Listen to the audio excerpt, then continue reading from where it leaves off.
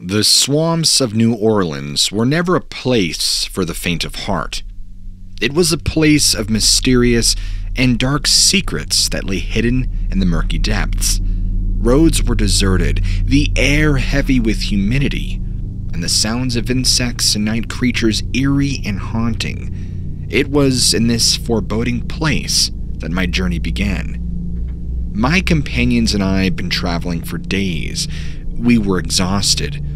We had been driving for hours, the swamps around us growing denser with each mile, when suddenly we hit a fork in the road. It was there on this highway that I had my first real taste with the supernatural. As we drove down the road, our eyes straining to see through the dense fog, a figure appeared in front of us. At first, I thought it was just a large animal, perhaps a bear, but as we got closer, I could see that something was different. The figure was tall and loping. Its fur was shaggy and unkempt. Its eyes glowed with an otherworldly light, and its teeth were sharp and pointed. I swerved to avoid hitting the thing, my heart racing with fear and confusion.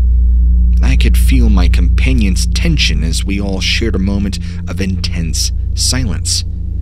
For a few moments, we sat there, stunned, staring at the creature as it disappeared into the bog. We were all struggling to comprehend what we had just seen. As we continued on our journey, I could feel my mind racing with questions. What was that creature? Was it an animal, or was it something more? Was it a figment of my imagination, or was it a real living being? The swamps were eerily silent, the only sound being the car engine as we drove deeper into the darkness. The lack of amenities was unsettling. I felt a growing sense of unease. It was as if the swamps were closing in on us, the fog and the darkness swallowing us whole. By the time we had arrived at our destination, I was more than ready to get out of the car and stretch my legs. We had made it through the first leg of our journey, but I knew that I would never forget what I had seen on that lonely highway. It was a moment that would stay with me forever, a moment that would change the way I saw the world around me. As we settled into our lodging for the night, I found myself replaying the events of the evening over and over in my mind.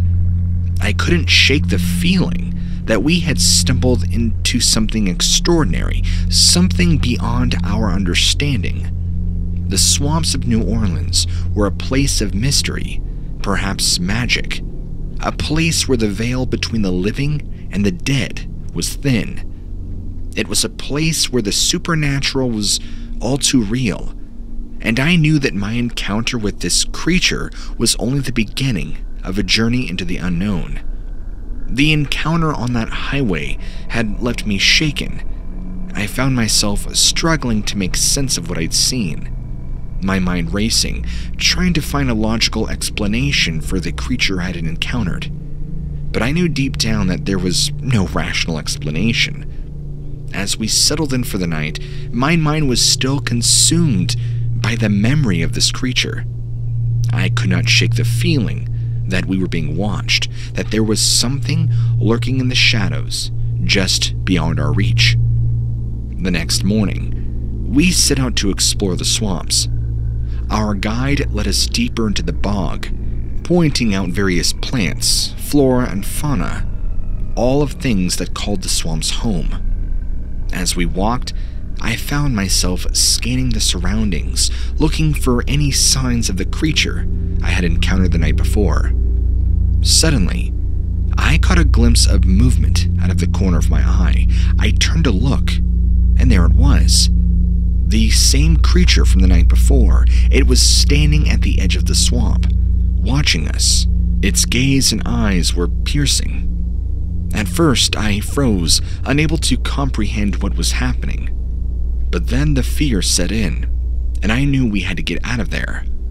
We quickly turned and headed back the way we had come, the creature following close behind. As we ran, I could almost feel the hot breath of it on my back, on my neck, its long, loping strides quickly closing the distance between us. I thought for sure we were done for, and that the creature would catch us, and we would meet a gruesome end. But then, something unexpected happened. The creature stopped in its tracks, its eyes fixed on something just beyond us. We paused, watching as the creature slowly backed away, disappearing into the bog once more. It was then that I realized this creature was not necessarily out to harm us. It was simply curious, watching us from a distance, and only attacking when it felt threatened. It was a sobering realization, and it left me with more questions than answers. As we made our way back to our lodging, I couldn't help but feel a sense of unease. The creature we had encountered was not like anything I'd ever seen before, and I knew that this was far from over. We were in the midst of something extraordinary, something beyond our understanding, and I knew that we only had scratched the surface of what was to come. This encounter had left me with a newfound respect for the supernatural, a sense of wonder and awe at the mysteries that lay just beyond our understanding. It was a feeling that would stay with me for the rest of my life, a reminder that there is still so much to learn and explore. We continued to explore the swamps around New Orleans. I found myself constantly on the lookout for any signs of this thing. Every rustle in the bushes, every shadow in the distance, it all made my heart race with anticipation. It wasn't long before we heard whispers of other sightings in the area, sightings of a creature that was tall, covered in fur, and walked on two legs. The locals called it Bigfoot, or Sasquatch. Many claimed to have seen it lurking in the same shadows of the very same swamps we roamed around in. The more we learned about Sasquatch, the more I began to wonder if the creature we had encountered was in fact this legendary creature. The descriptions of the creature matched up almost perfectly with what we had seen. I knew that we had stumbled upon something different, something strange. With this newfound knowledge, we set out to explore the swamps once more. This time, a renewed sense of vigor and purpose.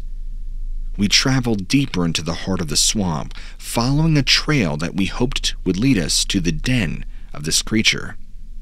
As we walked, the swamps grew denser, the air thick with the sounds of that same animal that called it home. I could feel the sweat running down my face, my heart racing with anticipation. And then we all saw it. A tall, shaggy creature emerging from the shadows. Its fur was matted and unkempt. Its eyes glowed with an otherworldly light. I'm assuming it was the Sasquatch, the creature that had eluded us for a while now. I was frozen with fear, unsure of what to do at first. But this thing stepped forward, its eyes fixed on us with an even more curious gaze.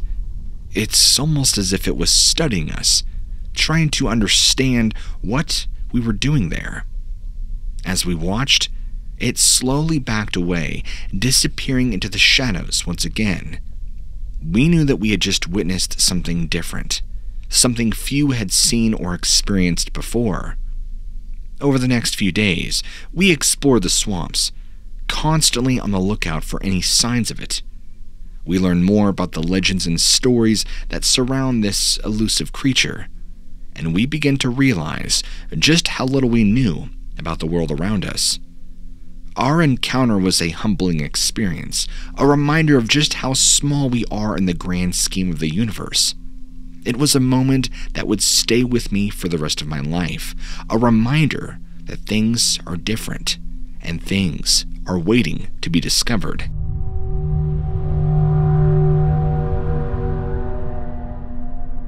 This happened to me right before I turned 13. I was sleeping in the top bunk bed, and my little brother was on the bottom.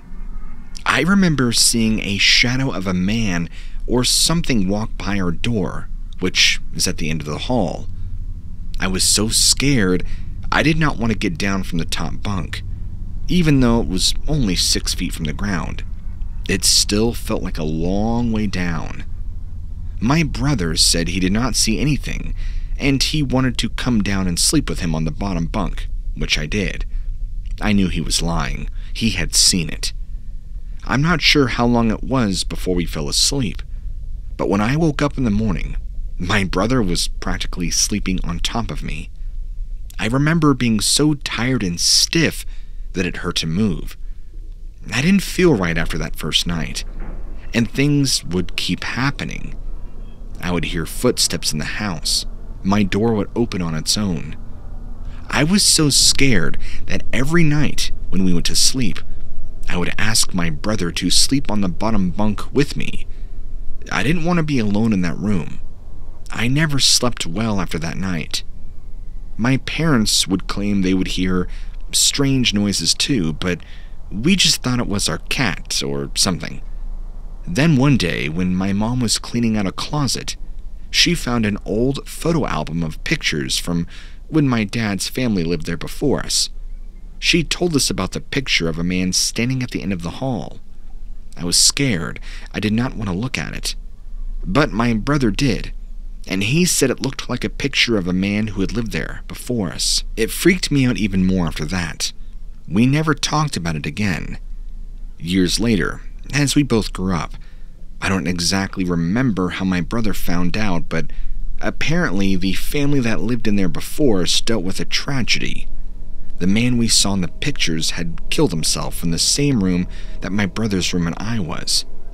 Apparently it was his office, and he blew his brains out. If I'm remembering correctly, my brother was able to contact the family or something. I don't exactly remember. I never looked into it that far because I didn't really care. Unfortunately, I lost my brother early last year in 2022, so I can't ask him about it. In a way, this experience, although terrifying when I was younger, comforts me now in a dark way. I know the afterlife is real, and the possibility of seeing my brother again is real too.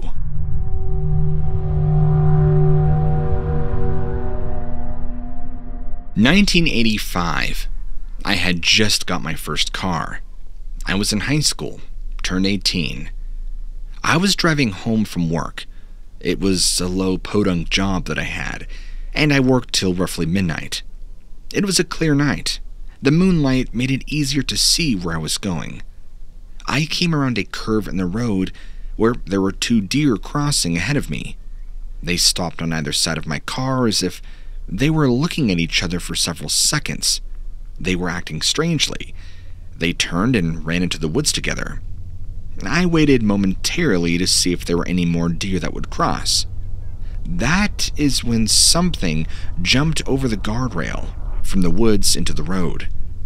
I'd say it was about 7 feet tall, covered with dark brown hair from head to toe, except for its face, which was pale, a light color on the eyes and hands.